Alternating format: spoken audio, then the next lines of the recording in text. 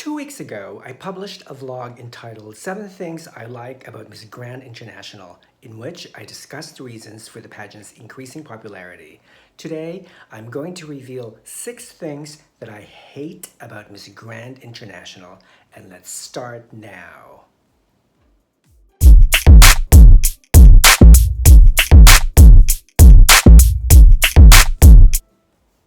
At number 6, the title. The first time I heard of the title of Miss Grand International, I thought, another pageant that is riding on the coattails of Miss International. You know, the pageant based in Japan that has been in existence since 1960. There are already so many pageants with the word international attached to it, like Miss Tourism International, Miss Tourism Queen International, Miss International Queen, Miss Globe International, International Queen of Coffee, Mr. International, Manhunt International, so forth and so on. And now Miss Grand International. I don't have any issue with using the word international because it is not regulated or trademarked, just like the words world, earth, or universe, so anyone can use it. Though I don't think it's necessary because the word grand itself already denotes something huge, magnificent, imposing, impressive, majestic, glorious, and well, international really. Also, Miss Grand sounds more catchy, just like Miss Earth, or Miss World, or Miss Globe, or Miss Universe. And think of the money that Nawat could save as far as printing the sash. The less letters there are, the cheaper, right? Just keep it short. At number 5, lack of originality. I'm not sure if it is true or not, but years ago, I heard through the grapevine that Nawat wanted the Thai franchise for Miss Universe so badly that he aggressively pushed MUO, Miss Universe organization, to offer it to him, and that he was ready to pay big money, but MUO rejected his request. Distressed for not getting what he wanted, he decided to start his own pageant to rival Miss Universe, but it would be similar to Miss Universe in terms of production, judging system, and quality of contestants. However, to make it slightly different from Miss Universe, he added the slogan, "Stop the War and Violence," that sounds grand and ambitious and required the finalists to give a brief speech on how to realize the slogan. To avid pageant fans, the speech segment of the competition is actually a copycat of the speech segment in Miss International, where each of the top 8 contestants has to give a speech describing her dreams and goals if she wins the title.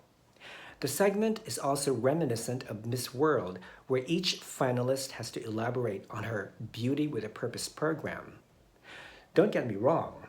All pageants imitate each other in some form or another, and there's absolutely nothing wrong with MGI embracing the good elements of Miss Universe, though I would have been more impressed by MGI if it had started out with a unique concept and innovative approach to pageantry.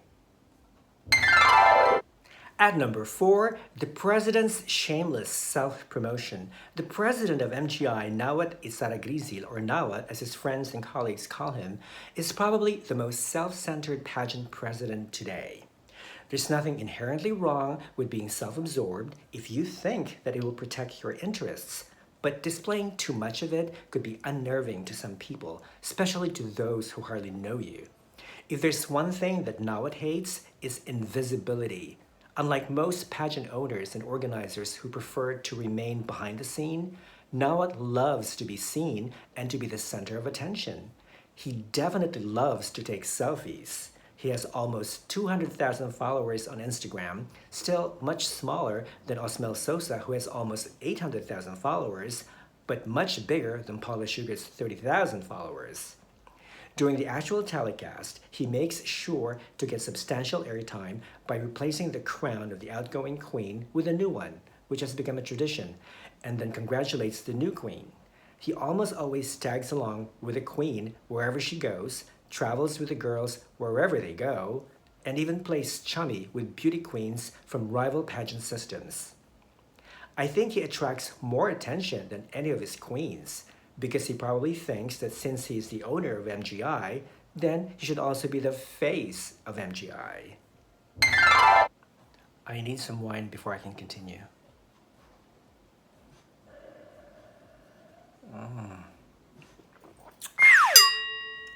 At number 3, unprofessional conduct. Nawat may be a successful businessman who is charismatic, intelligent, and social media savvy, but some of his antics are unbecoming of a pageant director. His penchant for sensationalism to get free publicity oftentimes involves exploiting his girls and sacrificing their dignity. For instance, when Anea Garcia, Miss Grand International 2015, was dethroned due to allegations that she had not fulfilled her duties, Anea complained on her social media that MGI had been misquoting her and had been posting comments without consulting with her first, which should have been the case. Instead of actually meeting with Anea in person to discuss her issues with the organization, MGI's Vice President, Teresa Chayvisut, took to social media to give a response to Anea, which did not fully satisfy Anea at all and caused her to resign. If Nawat or MGI had attempted to resolve Anea's issues professionally and in person, then perhaps Anea would have never resigned or dethroned, whichever story you choose to believe. Here's another example. When Indonesia's Ariska Putri Pertiwi won Miss Grand International in 2016, rabid pageant fans who are not from Indonesia posted nasty comments on several pageant forums, most notably on Missosology, bashing the new queen, the pageant system, and Nawat himself. Some fans claimed that the results had been rigged in favor of Ariska. An angry Nawat accused Missosology of slander and defamation, even though the website has a disclaimer stating that the posts reflect only the opinions of the posters and not the opinion of the entire group. Nawat is simply too sensitive, and he does not take too kindly to negative criticisms, even if they are valid. A year earlier, in May 2015, Missosology published an article entitled "Why Miss Grand International is Not Going to be Considered as a Major International Pageant," that reveals Nawat's alleged unethical business dealings that included a hostile takeover of the Thai franchise of Miss International and poaching for potential national directors for MGI while he was attending the Miss Earth 2014 finals. The article also reported that Nawat had deceived the public into believing that he had dropped the Miss Earth franchise after Osmel Sosa had allegedly told him that he would not send a Venezuelan representative to Miss Earth 2015, although Missosology claimed that it was Miss Earth that had dropped Nawat, which explains Nawat's perpetual animosity towards Miss Earth. Fed up with Nawat's penchant for deception, Missosology, which had been hugely instrumental in the growth of MGI, decided to remove MGI from the Big Five pageants list and replace it with Miss Earth. At number 2, Pretentious and Provocative. Just 4 years after the pageant was launched in 2013, MGI had the audacity to label itself as the world's third largest pageant, or Grand Slam pageant as described by Global Beauties, another major pageant website which has become MGI's primary media partner. What exactly is the definition of a Grand Slam pageant? To me, for a pageant to be called Grand Slam would require these elements: universal appeal and popularity, huge support from the media, prestige, good quality of contestants, good production, and purpose. I don't think MGI has attained the first 3 elements yet, so I don't consider it as a Grand Slam pageant, at least for now.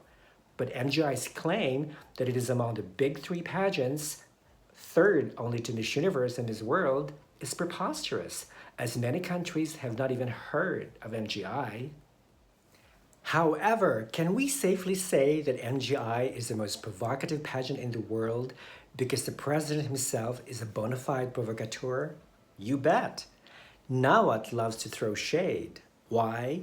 Because he knows that provoking people, especially Filipinos, would elicit reaction and would make him even more popular, or maybe infamous, in the pageant industry.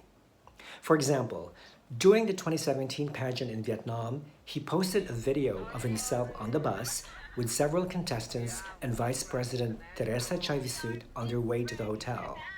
On the video, he seems to be taunting Miss Earth and the Filipino fans.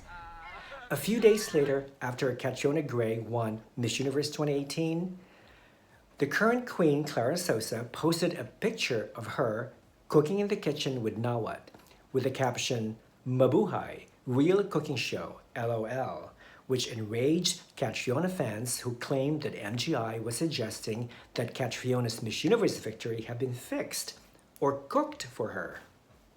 Clara and Nawat immediately received tremendous backlash from Filipino fans and elicited over 9,000 comments. Most of them were nasty.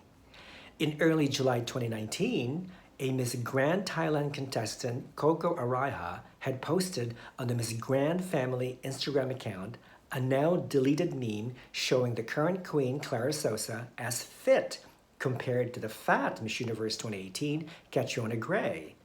Coco was viciously attacked on social media by angry Filipino fans who became even more furious when she suggested that she would apologize to Catriona if Catriona will message her directly. Coco eventually won Miss Grand Thailand 2019 on July 13th, and a day later, Catriona indirectly addressed the issue on Twitter, telling her followers, quote, "Body shaming is hurtful and should never be tolerated.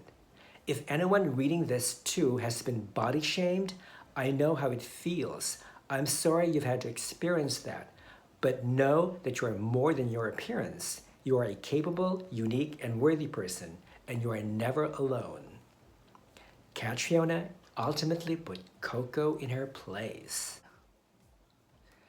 I need more wine.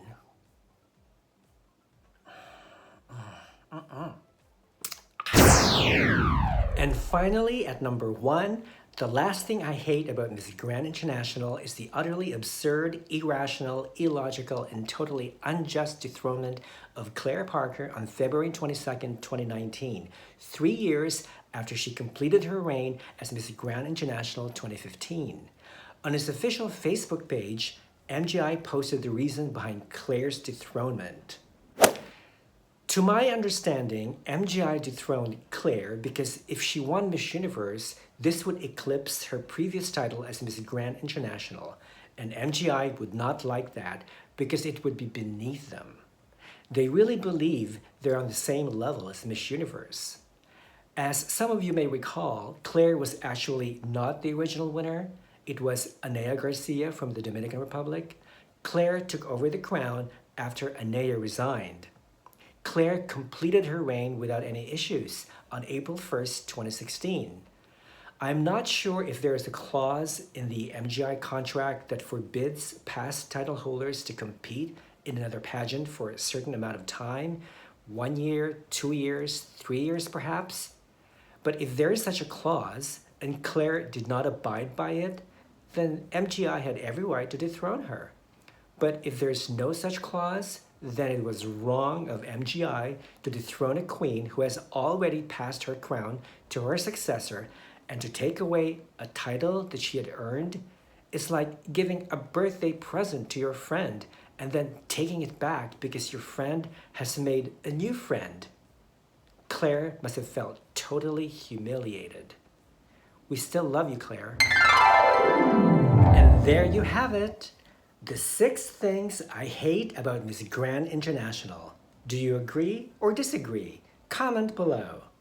If you like this video, please like it, share, and subscribe to this channel. And if you do subscribe, please click the bell below to get notified for the next video. Thank you for watching, guys. Till the next time. Bye.